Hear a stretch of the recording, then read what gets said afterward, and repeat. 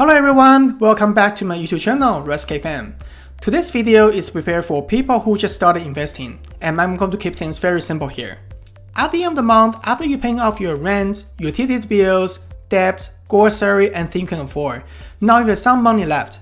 You want to find a way to put the money to work, and now you have this idea called investing. Before you get started, people may tell you that, oh, if you buy the Tesla stock 10 years ago, or you have bought the Bitcoins, you're going to be rich by now. But how do you know what to do at a time? The idea of investing could be quite confusing and complicated if you are new to this world. The beginner often have a hard time to understand the entire story. On top of that, there's an anxiety of knowing investing is risky, and there's a chance that you could lose all the hard-earned money. Here is the guide on how to get started on investing. It is the video I wish I could know 10 years ago when I started my investing journey. Before you start throwing your money around, think about your intention first. Why should you start investing in the first place? Investing won't make you rich, but investing is an effective tool to put your money to work and potentially build wealth in future. By doing the smart investing, meaning that you understand your risk and you are doing the right decision, you could potentially outpace inflation and increase your investment value over time. And this brings to the next question. How does the money work over time? There is a common enemy we so called inflation. No matter what you're gonna do, your money is losing value over time. As per the definition from Investopedia, we know that the inflation is a rise in prices, which can be translated as the decline of purchase power over time. Inflation is normally controlled at 2 to 3% mark, but the hyperinflation we've seen in the late 2022 has told us that sometimes we could lose the money quicker than we think. For example, the Big Mac from McDonald's in 2000 was $2.39. The same Big Mac from 2010 was $4.19. If we want to buy the Big Mac from 2020, it was $4.95. The price difference to buy a Big Mac is the result of inflation. Even if you put your money on the mattress and not touch it, it will still lose the value. Your purchase power will be less and less over the years unless you do something about it. Obviously, this is not good. If you are putting your money into a traditional saving account, like earning little or no interest, there's a very good chance that the inflation rate is going to be higher than your saving account interest rate. That means that you will never have more money than the money you have put away yourself. Investing is crucial if you want to maintain the purchasing power of your savings and reach long-term financial goals such as retirement and building wealth. By investing, you can protect your savings from inflation damage, and you can keep up with your long-term financial goals as well. So that means the goal of investing is to stop your money from losing value over time, and this brings to the next question. How are you supposed to make money from investing? There are several ways to make money from investing. Here are the few common strategies that you could possibly use. Buy low, sell high. This is perhaps the most basic strategy in investing. You buy an asset such as stock, maybe a house, and then you sell it later at a higher price. So the difference between your buy and sell is your profit. You could earn from dividend investing. Some companies pay dividend to their shareholders, which are essentially the profit the company generated and share with its shareholders. Investor can receive this dividend in cash or have them reinvested in the company if you consider the company to be the good investment and continue work with its business. Another way you can think about is to put your money aside, lend the money to someone else, such as guaranteed saving account, your GICs, or maybe your saving account that bank normally asks you to deposit your money to. By lending your money to those entities, you are receiving interest. Bond is a great example of that. So this kind of product will pay you the interest in a monthly basis or maybe annual basis, depends on what kind of contract you're signing in the first place. You can earn the money from investing by holding this investment and receiving the interest payment. Another way you can think about is the asset appreciation. Another way to make the money from investing is by buying the assets, such as the precious metal, premium products like collectible items, cars, or say Chanel bags, etc. Those items could potentially go up in value over time or sometimes exceed the expected value as well. And such collectible, and if the value of this kind of collectible goes up, you can sell it for a profit too. In the real world, things aren't simple as we just talked about. There are many details you need to be aware of. Investing does come with risk. So here are the important considerations you should think about before you make the decision investment. There are several important considerations for the young investor to think about first. Like risk tolerance, are you okay with high volatile investments or are you looking for something more secure? What's your financial goals? Are you looking to achieve certain things in like a year, 5 years, 10 years, or are you talking about 20 years? Do you want your investment strategy of the portfolio to be more active or passive?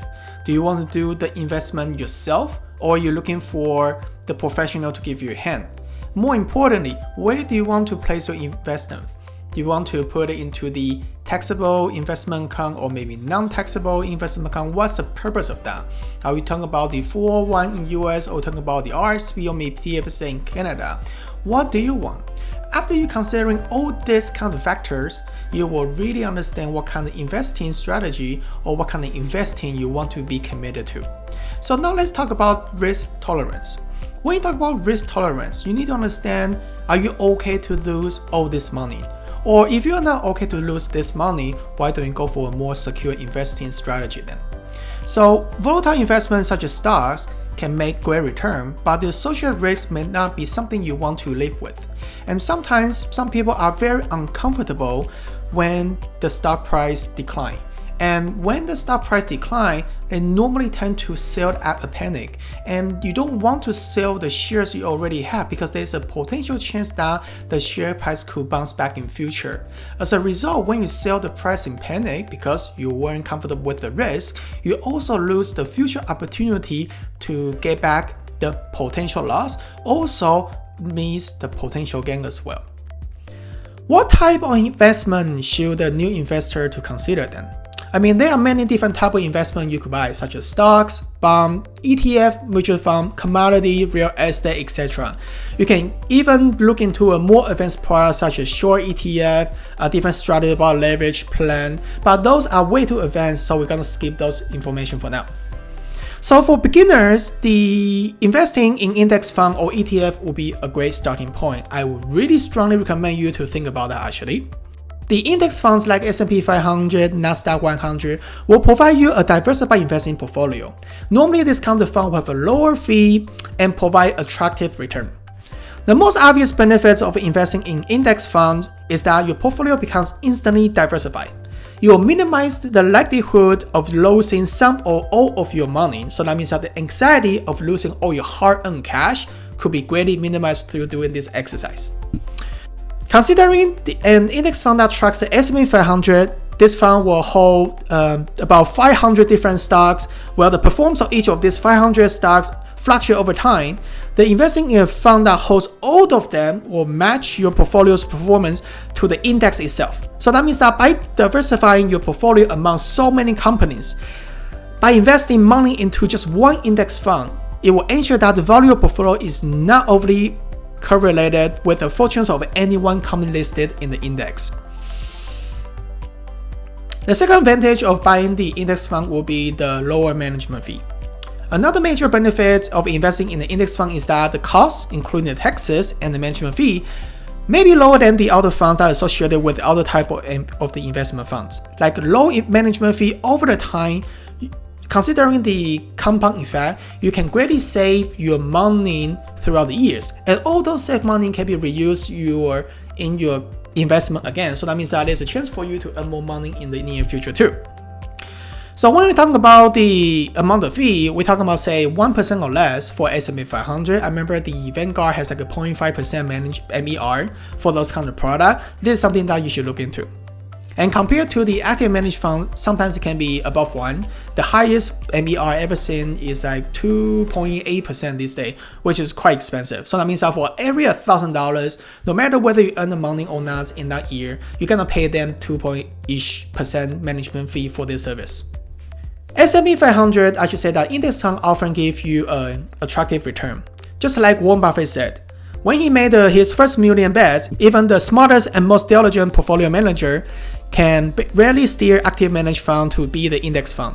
Only about 23% of the active managed mutual fund outperformed the S&P 500 over the 5 years. And this is according to the research by the Standard & Poor's. All the studies support this number as well. Of course, there's some homework that we need to do ourselves. So the individual company both outperform and underperform the market, but In general, the overall stock market increases in value over time, and as a result, the index fund yield generally high return for low fee, which make them an excellent value in any investor. So there are several index funds you consider. If you're working with TD, you can think about the TD US Index, which is a TDE series. I really think that is a great index mutual fund to think about that slowly build your wealth, and return for that I believe is greater than 8% in the past 5-10 years. And there's a Vanguard S&P 500 index ETF you can think about, Vanguard US Total Market Index, Horizon Assets 100 or iShares Equity ETF portfolio. Those could be a good consideration to add in your portfolio.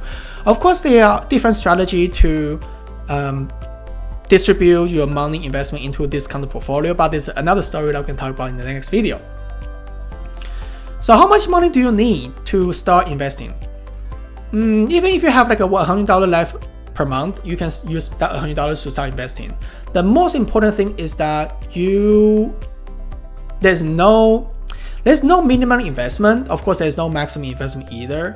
The earlier you start, the better return you're gonna have. Because remember, very importantly, we just talk about that the S&P 500 generates the attractive return, but it doesn't generate the positive return every single year. In some years, it could lose the value. In some other year, it could be outperformed and recoup those losses. No matter what scenario you are going to stay in, by doing a consistent investment, you are going to get both good and bad from this process, but most of the time, you're gonna get the good ones. And in the 10-20 years, you'll realize that your annual return for those S&P 500 or index fund investment will be positive. So that means that the next question is that, can you just buy the dip and sell the high? Well, I don't really recommend you to do it, because a lot of time is that it is the time we're talking about. It's not the timing we're talking about. For example, now we are approaching the end of 2022. The S&P 500 is at $3,900 level, and there's a chance that it could fall down to $3,500 or potentially going down to $3,000 in the year 2023. So we talked about in the other video, a lot of people are expecting to see a recession, but is a recession really coming, or is just another rumor? We do not know. So that means that by doing the investing and contributing to certain investment portfolio consistently, you are able to go down with the index. If it goes down furthermore, you're going to invest in a cheaper price to get the same amount of shares, or you're going to get more shares by contributing the same amount of money. And when it comes out, you're gonna do the same thing. But the problem is that the investment you put in the lower point is going to generate you the greater profit, and etc.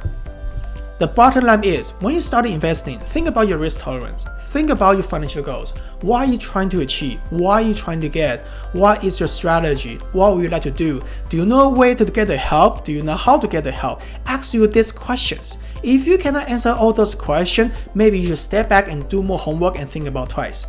I don't want to say that buying the index fund is a great idea, but most of the time it is for people who don't want to actively manage their portfolio. But if you are the type of person who really want to get to know the details, want to do your own analysis, I'm not saying no to the active manage or investing in the individual company either. I can only wish you the best here. So if you like the video today, please give me a thumbs like and leave the comments below. I will see you next time. Thank you.